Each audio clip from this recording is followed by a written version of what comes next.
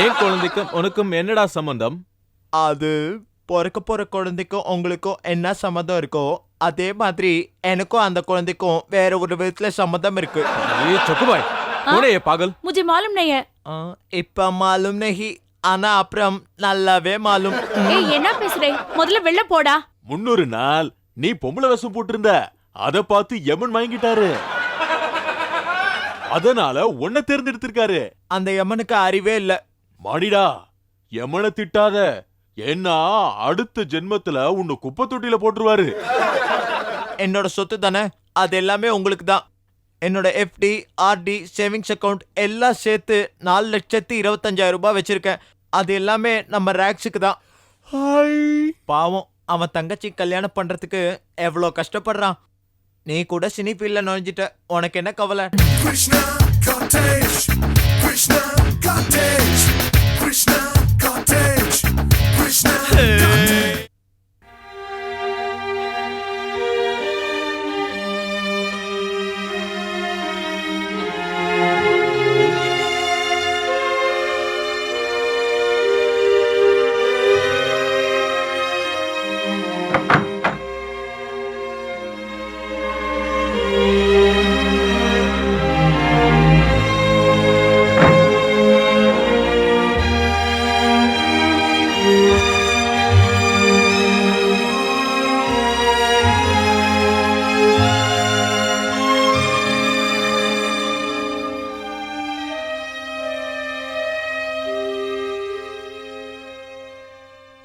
கவலைப்படாத அர்து, எல்லா ஜோசியமும் பழிக்கிறது இல்ல.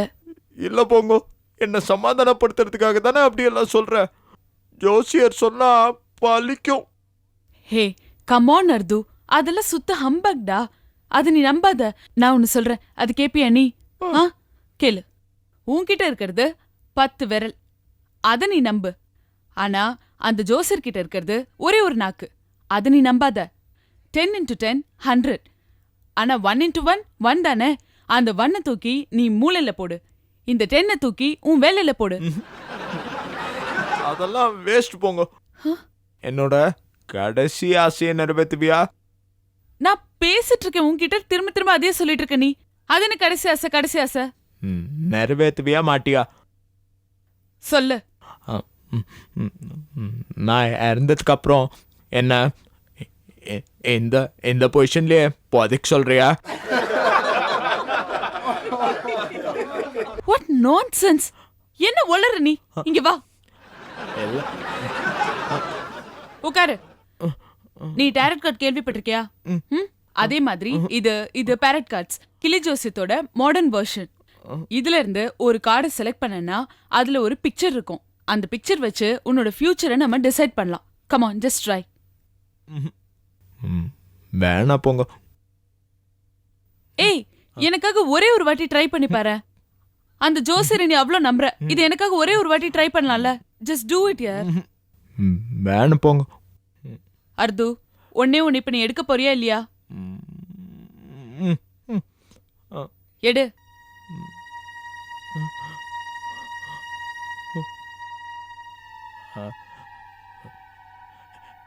எரும மாடு போங்கோ.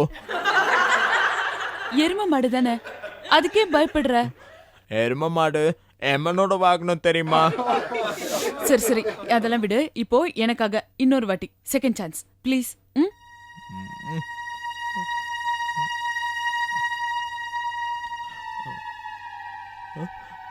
இப்போ சங்கு படம் வந்திருக்கு போங்கோ. சங்கு நல்ல சகுனம் தானே? சகுனம் வேணா நல்லதுக்கா இருக்கலாம், ஆனா ஊதுறது கெட்டதுக்கு தானே. ஐயோ அர்து, நீ ஏன் எல்லாமே நெகட்டிவா யோசிக்கிற? ப்ளீஸ் பி பாசிட்டிவ் யா. ஏய், எனக்காக ஒரே ஒரு வாட்டி, ஒரே ஒரு வாட்டி லாஸ்ட் ப்ளீஸ் ப்ளீஸ், ஒரே ஒரு வாட்டி ப்ளீஸ். ப்ளீஸ் அர்து. இல்ல, கடைசியா ஒரே ஒரு வாட்டி, லாஸ்ட் சான்ஸ்.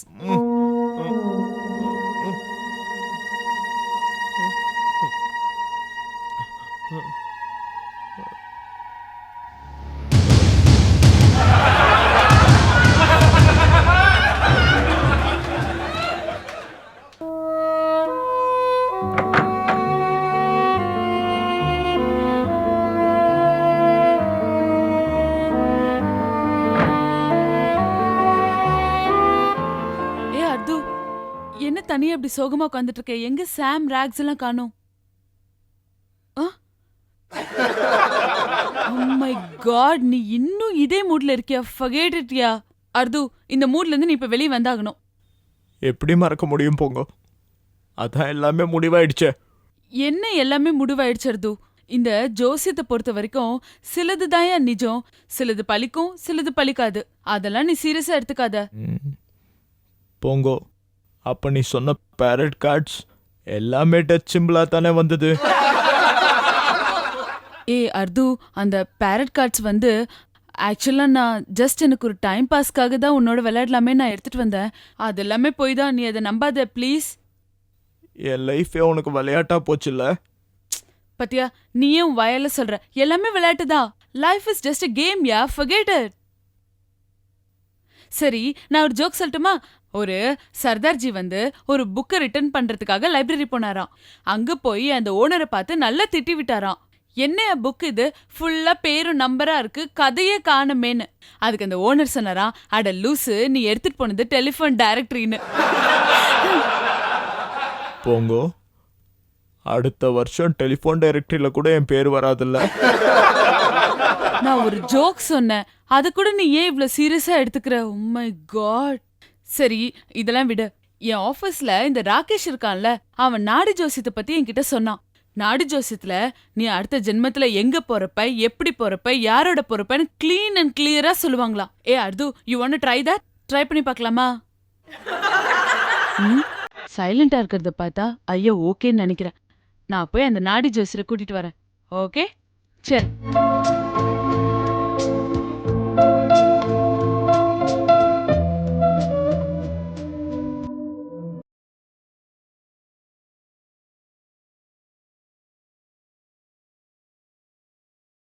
அடடடடடா, சாகரத்துக்கு வரிசையில நிக்கிற அர்த்தநாரி நீதானா? வரிசையா? ஆமாப்பா, வர 26ஆம் தேதி யமனை சந்திக்கிறதுக்கு வரிசையில நிக்கிறதுக்கு டோக்கன் கொடுத்திருக்காங்க. உன் டோக்கன் நம்பர் என்ன தெரியுமா? 8888888. ஜோசியரே, அது எப்படி அது 888 எல்லாமே 8ல வரும்? நல்லா கேட்டமா, புத்திசாலி பொண்ணுமா. அதாவது யமனுக்கு பிடிச்ச ஃபேவரட் நம்பர் 8. அவரு தினம் தனக்கு வர டோக்கன்கள்ல யார ரொம்ப பிடிச்சிருக்கோ அவங்களுக்கு இந்த 6-8 ஒதுக்கிடுவாரு. அப்படி என்னத்தை என்கிட்ட அவர் கண்டாரு? 300 நாள் நீ பொம்பளை வேஷம் போட்டிருந்த, அத பார்த்து யமன் வாங்கிட்டாரு. அதனால உன்னை தேர்ந்தெடுத்திருக்காரு. அந்த யமனுக்கு அறிவே இல்ல. மாடிடா, யமனை திட்டாத, ஏன்னா அடுத்த ஜென்மத்துல உன்னை குப்பை தொட்டியில போட்டுருவாரு. ஜோசியரே, கொஞ்சம் வந்து வேலையை பாக்குறீங்களா? சரி சரி.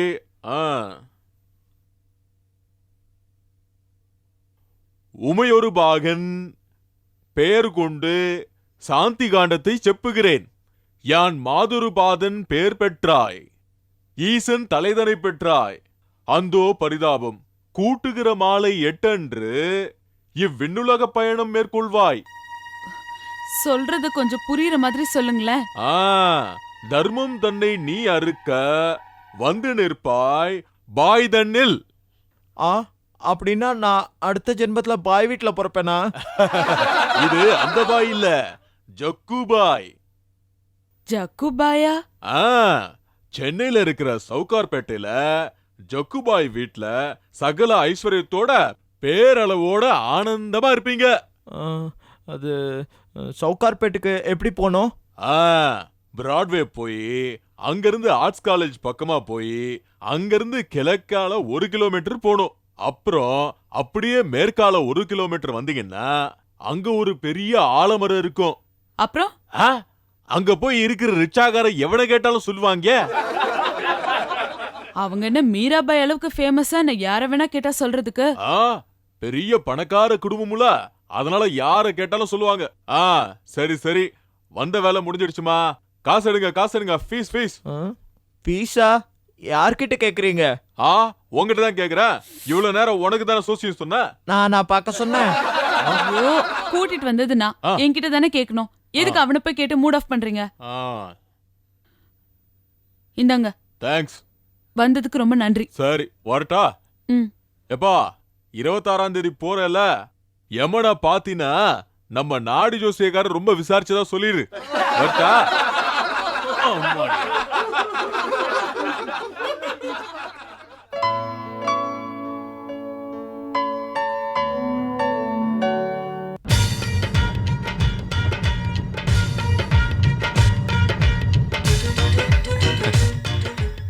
तुम बहुत खूबसूरत है.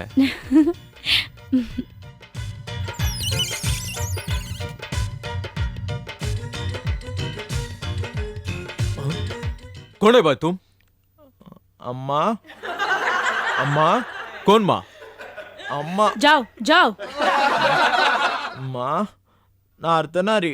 ओ मद्रासी है. ம் ஆமா பின்ன என்ன ராஜஸ்தான்ல இருக்கீங்க, தமிழ்நாட்டுல தானே இருக்கீங்க.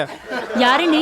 உனக்கு என்ன வேணும்? இப்ப நான் யாருன்னு உங்களுக்கு தெரியாது, ஆனா நான் யாருன்னு உங்களுக்கு தெரிய வரும்போது நான் இருக்க மாட்டேன்.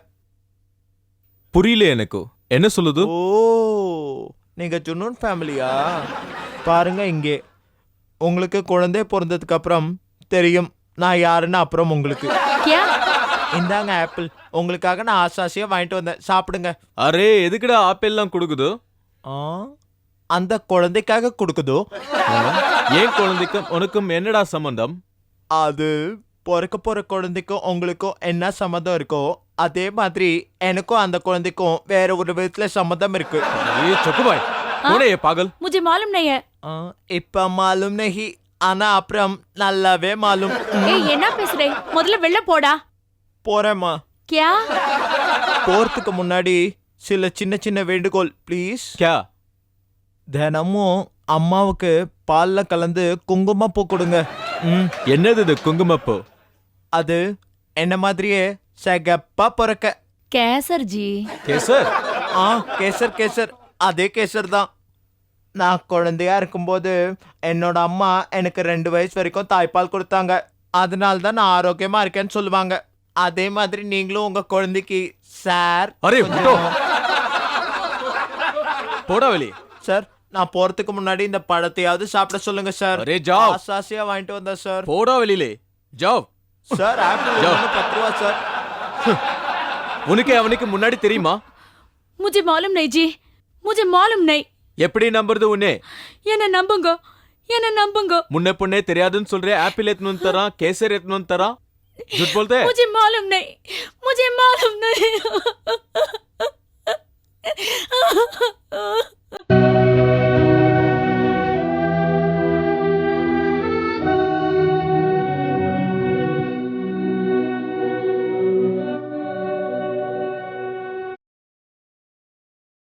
இதுக்கு மேலே வருத்தப்பட்டு ஒன்றும் பிரயோஜனம் இல்லை.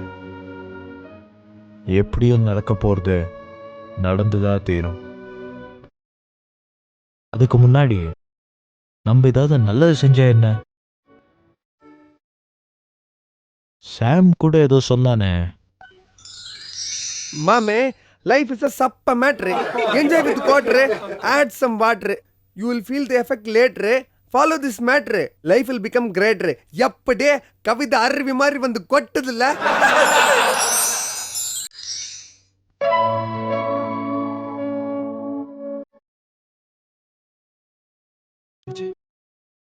என் புத்தி இப்படியெல்லாம் போகுது. நான் யாரு? சுத்தமான பரத கலைஞன். ஒரு பரிசுத்த ஆவியா போய் சேரணுமே தவிர இந்த மாதிரி கெட்ட பேர்ல வாங்க கூடாது. எப்பேற்பட்ட நிலைமை நம்மளுக்கு வந்தாலும் நல்லவனாதான் வாழணும், நல்லவனாதான் போகணும். இருக்க போற கொஞ்ச காலத்தை நம்ம ஃப்ரெண்ட்ஸோட உருப்பையா ஸ்பெண்ட் பண்ணா என்ன? கரெக்ட் தானே? இந்த ஜென்மம் இல்லைன்னா என்ன, அடுத்த ஜென்மம் இருக்கு.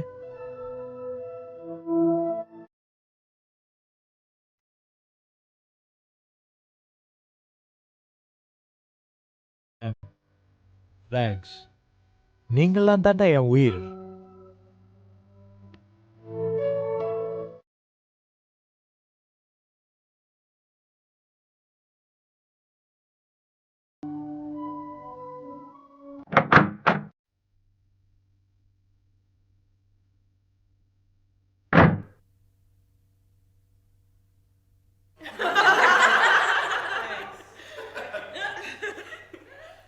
ஏண்டா அர்து என்னவாக்கா ஆச்சு இப்படி பேயறிஞ்ச மாதிரி வந்து நின்னுட்டு இருக்காய்?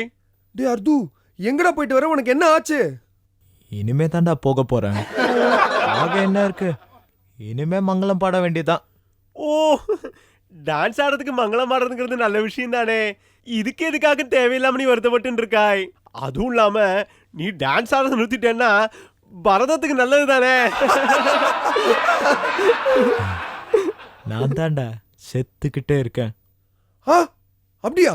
அப்பன்னா அடுத்த வாரம் ஞாயிற்றுக்கிழமை ஒரு 5 மணிக்கு. ஏண்டா சாம், கொஞ்ச நேரம் வாய முடியும் சும்மா இருக்கியா?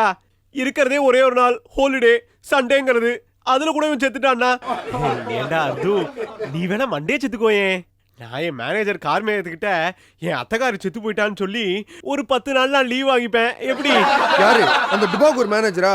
அவங்கிட்ட மட்டும் சொன்ன ஒத்த வாங்குவ. கரெக்டா மலர் வளையத்தோட வந்து நிப்பான். நான் இறந்ததுக்கு அப்புறம் என் உடம்ப குளிப்பாட்டி ஹே, குளிச்சிட்டு செத்து போடா, அசிங்கம் பிடிச்ச. உயிரோட இருக்கும் போதே உன் கிட்ட வர முடியாது. நாரும். டே அர்து, புதன்கிழமை போயிடாதடா. ஏன்னா புதன் படம் தான் கூடவே 3 படத்தை கூட்டின்னு போகும்பா. அதே மாதிரி சனிக்கிழமையும் போயிடாதடா. சனி படம் தனியா போகாதும்பா. நீ பேசாம நல்ல ஒரு திங்கக்கிழமையா பார்த்து செத்து போயிடேன்டா. சாம், ரைட்ஸ். என்னால யாருக்கும் எந்த பிரச்சனையும் வேணாம். நான் செத்ததுக்கு அப்புறம் என் கண்ணு பிதுங்கி நாக்கு வெள்ள தள்ளி பார்க்கறதுக்கே கொடூரமா இருக்கும். அதனால எதெல்லாம் வெளியே தெரியுதோ அதெல்லாம் உள்ள தள்ளிடுங்க. டேய், நீ உயிரோட இருக்கும் போதே பாக்குறது கோரமா இருக்க. நீ செத்து போயிட்டுனா யாராவது பயப்படுவா போறாங்க? ஆமா, நீ ஒரேடியா சாக போறன்றது முடிவே பண்ணிட்டியா? ஆமாண்டா, நாடி ஜோசியம் என்னைக்குமே பொய் ஆகாது. அடுத்த ஞாயிற்றுக்கிழமை காலையில உங்க அர்த்து உங்க எல்லாரையும் விட்டுட்டு தொங்கிக்கிட்டு இருப்பான்டா. ஐயோ, எங்க முருங்க மரத்துல காயாவா பேயாவா? இல்ல, நம்ம பிளாட்ல போட்டோவா. டேய் அர்து, அப்ப நீ ஒரேடியா போயிட போறியாடா? நீ இல்லாம என்னால நினைச்சே பார்க்க முடியலடா. எனக்கு யாரா சாக்ஸ் துவைச்சு போடுவா? எனக்கு யாரா காஃபி போட்டு கொடுப்பா? சாம், நீ ஒரு நல்ல பொண்ணா பார்த்து கல்யாணம் பண்ணி கூட என்ன மறந்துடுறா, மறந்துரு. கற்பகம் ஜெமினி மாதிரி என்னையே நினைச்சுக்கிட்டு அந்த பொண்ணோட வாழ்க்கைய வீண் பண்ணிடாத சாம். அப்புறம் நான் உன்கிட்ட ஆவியா வந்து மன்னவனே அழலாமா, கண்ணீரை விடலாமா. உன்னுயிராய் நான் இருக்க, என் உயிராய் நீ இருக்க. மன்னவா மன்னவா, மன்னவா. ஏய், என்னால இப்படி எல்லாம் பாட முடியாதுடா. எப்படியும் நான் சாக போறேன். செத்ததுக்கு அப்புறம் நான் சக்குபாய் வீட்டுல பிறக்க போறேன். அர்து, நீ எந்த போய் வீட்டுல வேணாலும் பிறந்துக்கோ. ஆனா ஒன்னா பாயா போற இல்ல கேர்ளா போற. இப்படி பிறந்து தொலைச்சிடாதடா. ஆமா, நீ எப்படியும் சாக போற. உன் ஞாபகார்த்தமா தெரியும்டா, நீங்க எங்க வரீங்கன்னு எனக்கு தெரியும். என்னோட சொத்து தானே, அது எல்லாமே உங்களுக்கு தான். என்னோட FD, RD, சேவிங்ஸ் அக்கவுண்ட் எல்லாம் சேர்த்து 4,25,000 ரூபாய் வச்சிருக்கேன். அது எல்லாமே நம்ம ரேக்ஸுக்கு தான். பாவம், அவன் தங்கச்சி கல்யாணம் பண்றதுக்கு எவ்வளோ கஷ்டப்படுறான். நீ கூட சினி ஃபீல்ட்ல நுழைஞ்சிட்ட, உனக்கு என்ன கவலை? நிறைய வருவேன். டே அர்து, நான் சும்மா பூச்சாண்டி காட்டினேன்டா. நானாவது சினிமா இண்டஸ்ட்ரியில நுழையிறதாவது. இந்த மூஞ்சிக்கெல்லாம் எவனா சான்ஸ் கொடுப்பானாடா? நீயே பாடுறா. டே அர்து, அந்த 4.25ல பாதி விட்டுறா ப்ளீஸ்டா. நான் ரொம்ப கஷ்டப்படுறேன்டா. நம்ம ராக்ஸ்க்காவது பேங்க் வேலை இருக்கு, அவன் எப்படியாவது பழச்சுக்குவான். அதெல்லாம் முடியாது. சொன்னதுதான். பேசாம நான் என்னோட குர்தா பைஜாமாவை உனக்கு கொடுத்துட்றேன் சாம். எது குர்தா பைஜாமாவா? அது போட்டுட்டு மணி ஆயிட்டு நான் என்ன சோப்பு அப்படியே வைக்க போறேன்? ஏதாவது யூஸ்ஃபுல்லா குடுறா. என்னோட நட்ராஜர் சிலை, சலங்க இதெல்லாம் ரேக்ஸுக்கு தான். ஐ தேங்க்ஸ்டா. டேய், இந்த LIC பாலிசி அப்படி இப்படி ஏதாவது பண்ணிருக்கேனே. ஆ? என்னோட காலை 4.5 லட்சம் ரூபாய்க்கு இன்சூர் பண்ணிருக்கேன். அப்படியா? நான் கொடுக்க மாட்டேன். எனக்கு தான். நான் கொடுக்க டேய், மாட்டேன். சாம். டேய் ராக்ஸ், இதுல மட்டும் பங்கு கேட்ட மூஞ்சி முகரெல்லாம் பேத்துருவேன். அல்ப நீயே வச்சுக்கோ. ஏண்டா அர்து, வேற என்னெல்லாம் வச்சிருக்காய்? எனக்கு தெரிஞ்சு எல்லாத்தையும் சொல்லி ஒன்னே ஒண்ணு இருக்கு. என்னடா? ஒரு நவரத்ன மாலை. நவரத்ன மாலையா? ஆமா, பொப்ளி சமஸ்தானத்துல மகாராஜாவுக்கு ஒரு டவுட். என்ன டவுட்ரா? பொண்ணுங்களோட கூந்தல்ல இயற்கையிலேயே மனம் இருக்கா இல்லையான்னு. ஏ நிறுத்து. இதே டயலாக சிவபெருமானா சிவாஜி கணேசன் சார் நடிச்சு திருவிளையாடல்ங்கிற பக்தி படத்துல கேட்டிருக்கேனே. அது திருவிளையாடல், இது பொப்ளி விளையாடல். ஓ அப்படியா? சரி, கண்டினியூ பண்ணு. கேளு. எங்க தாத்தா அந்த ராஜாவோட டவுட்டை கிளியர் பண்ணாரு. அந்த சந்தோஷத்துல ராஜா கழுத்துல இருந்த நவரத்ன மாலையை எடுத்து எங்க தாத்தா கழுத்துல போட, எங்க தாத்தா அதை எங்க அப்பா கழுத்துல போட, எங்க அப்பா அதை என் கழுத்துல போட, அதான் நான். ஏ நேக்கூர் சந்தேகம்.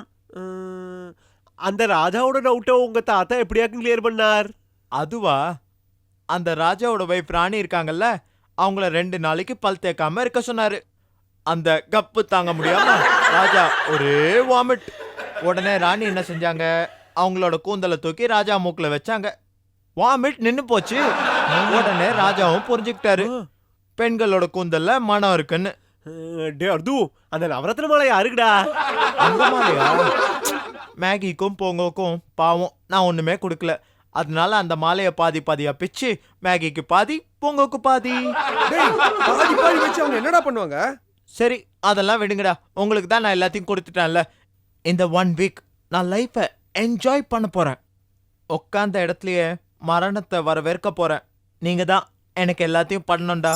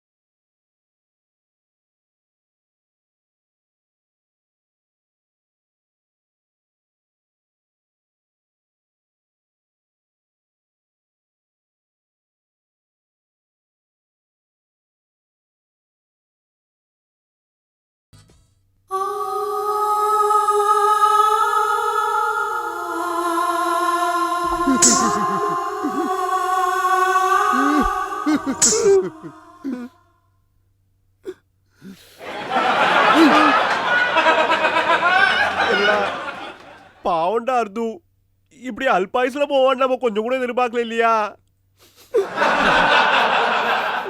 அல்ப வயசு தான்டா, ஆனா இந்த சின்ன வயசுல அவனுக்கு எவ்வளவு பெரிய மனசுடா. ஆமா, நீ எதையாக்கும் சொல்றாய்? அதான்டா, அவன் பேங்க் பேலன்ஸ்ல இருந்து ப்ராப்பர்ட்டில இருந்து அவன் போட்டிருக்க செருப்பு வரைக்கும் நமக்கு ஈக்குவலா ஷேர் பண்ணி கொடுத்துருப்பான் பத்தியா? அதுதான்டா சொல்ல வரேன். அதெல்லாம் கரெக்ட் தான். இருந்தாலும் நமக்கு இவ்வளவு பண்ண அவனுக்கு நாம திரும்பி ஒண்ணு கூட பண்ணல நினைச்சாதான் வருத்தமா இருக்கு. சீப்போ, அதான் கொல்லி வச்சு காரியமே பண்ணியாச்சு. அதுக்கு நான் போறேன்.